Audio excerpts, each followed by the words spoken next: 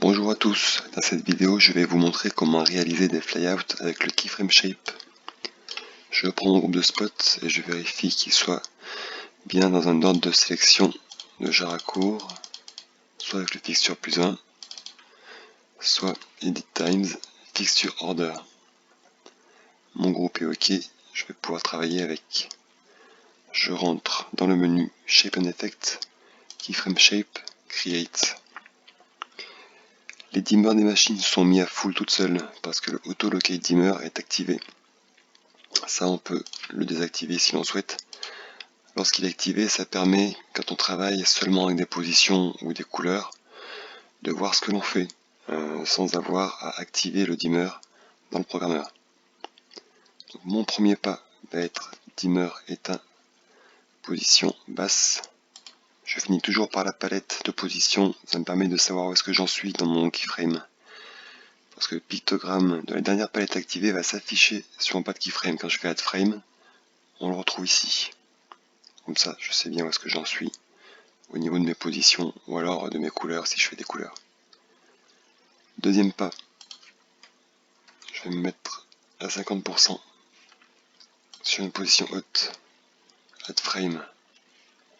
J'ai les deux pas souhaités, finish. Ça ouvre automatiquement la fenêtre Effect Editor.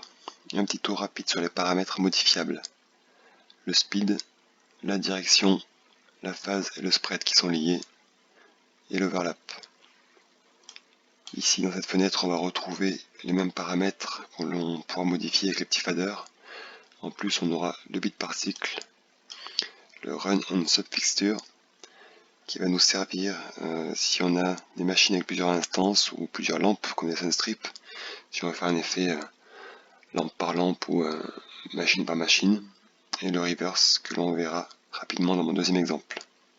Ici les boutons play, pause et restart pour resynchroniser quand on fait des modifications pour être sûr que l'on est sur scène ce que l'on a dans la console. On peut venir sélectionner nos différents pas de keyframe. On voit ici la partie de la courbe qui va se mettre en surbrillance. Et on va pouvoir modifier cette courbe soit avec nos petits faders ici. On pourra bouger le point de départ de notre courbe, le point haut du départ, le point bas ici, le centre de notre courbe avec du coup la largeur de la courbe.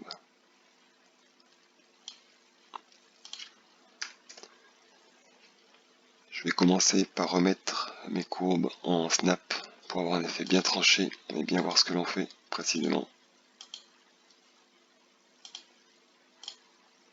Alors je crois que le petit pop-up ne s'affiche pas hein, sur mon record d'écran. Vous le verrez facilement dès que vous aurez cliqué là. Vous aurez le choix entre différentes courbes. Ici on a un spread de 1, ce qui veut dire que toutes les machines font le même effet en même temps. J'éclate mon effet sur mes 10 machines différentes. Et là je peux changer ma direction, par exemple de droite à gauche. On peut donc très facilement faire des flyouts dans une ou l'autre direction, ou une direction symétrique par exemple. Petit problème avec le spread, lorsqu'on passe d'une direction simple à une direction double, comme la symétrie, on a un petit temps de latence entre les dernières machines et le redépart vers la première. Il va falloir modifier le spread suivant le nombre de directions. On va diviser par 2 pour une direction double. Là je passe à 5 et je vois que je n'ai plus ce temps de latence. Si je reviens sur une direction simple, du coup j'aurai le même problème. Il va falloir que je repasse à un spread de 10 si je veux être machine par machine, de gauche à droite, ou de droite à gauche. Alors pour éviter cela, ce que j'aime bien faire, c'est de travailler avec l'overlap. Pour rappel, l'overlap c'est un décalage entre les machines. À 100% il n'y a pas de décalage, les machines font leur boucle ensemble, alors qu'à 0% le décalage est maximum. Chaque machine fait une boucle complète avant de lancer la suivante. On voit qu'ici elle monte, elle s'éteigne en haut, elle redescend, et ensuite on passe à la suivante. Si par exemple je mets à 50%, les machines vont faire la moitié de leur boucle avant de lancer la suivante. Alors pour mon exemple, je vais prendre un overlap de 80%. On va voir que avec n'importe quelle direction choisie, mon décalage reste bien le même entre la dernière machine et le retour à la première. Ensuite, on peut toujours venir modifier le spread si besoin. Si je veux avoir deux groupes, je vais m'amuser à modifier un petit peu ma courbe. Donc là, la première partie, je vais bouger sa largeur, mettre un fade. Voilà, je me retrouve avec un fade. Par contre, les machines redescendent toujours allumées. Je vais modifier la deuxième partie pour inverser mon snap. Et donc là, j'ai bien un fade avec les machines qui montent et un effet tranché sur le haut, quand elles arrivent en haut, et sur la coupure du dimmer. J'enregistre ça sur un fader et je clear. Je fais un petit locate sur les machines pour être sûr de bien repartir à zéro pour mon deuxième exemple. Pour la deuxième manière de faire, je vais faire deux keyframes différents, un avec mon dimmer et un avec les positions. Donc le premier, dimmer à 0, premier pas, dimmer à 50, deuxième pas, et finish. Ça me réouvre bien ma fenêtre d'édition avec ma courbe. Et là, sans clearer mon programmeur, sinon je vais effacer ce keyframe là, je vais faire un deuxième keyframe avec mes positions.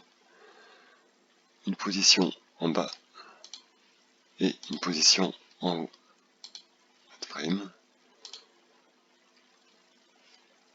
Donc là on voit bien que j'ai mes deux keyframes différents, l'un par-dessus l'autre, avec mes deux courbes. On va pouvoir faire des réglages beaucoup plus fins sur le flyout. Par exemple, je vais venir donc remettre toutes mes courbes en snap, les dimmers et les mouvements. Et pour vous montrer ce qu'on peut faire avec le reverse, seulement donc sur le dimmer, je viens inverser. Ici, je resynchronise et donc je me retrouve avec un fly-in. Donc c'est plutôt pratique et assez rapide. Ça me permet en fait d'inverser mes deux pas sans avoir à venir modifier ici mes pourcentages pour l'inversement. Je peux venir le remettre dans le bon sens, je resynchronise et je retrouve mon flyout tel qu'il était au départ. Donc l'avantage d'avoir les deux courbes séparées, je vais pouvoir travailler sur l'une et pas sur l'autre.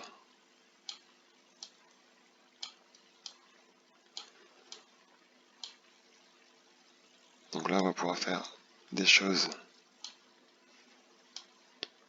beaucoup plus fines, savoir à gérer vraiment les allumages de lampes au moment précis où on le veut par rapport par exemple à la montée des machines.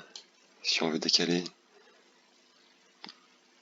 que les lampes s'allument un petit peu plus tard dans la montée, si on veut qu'elles s'allument plus tôt, ça va être beaucoup plus facile à gérer. Si on veut décaler par exemple seulement les mouvements, faire partir beaucoup plus tôt notre montée ou alors beaucoup plus tard.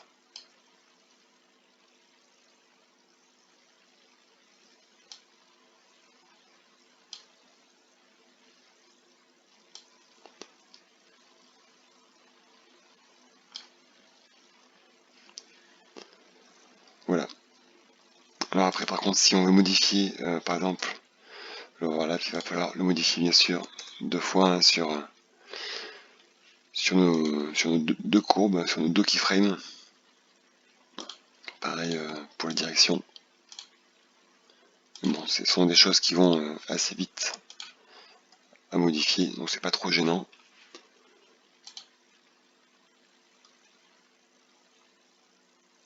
Voilà donc cette deuxième manière qui me permet d'avoir deux courbes différentes.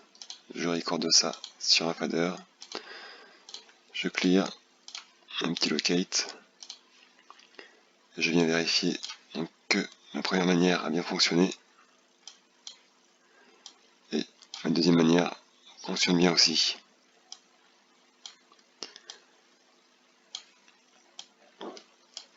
Voilà ce que l'on peut faire assez facilement avec le keyframe. J'espère que ces astuces vous seront utiles. Je vous dis à bientôt pour une prochaine vidéo sur Titan Avolite.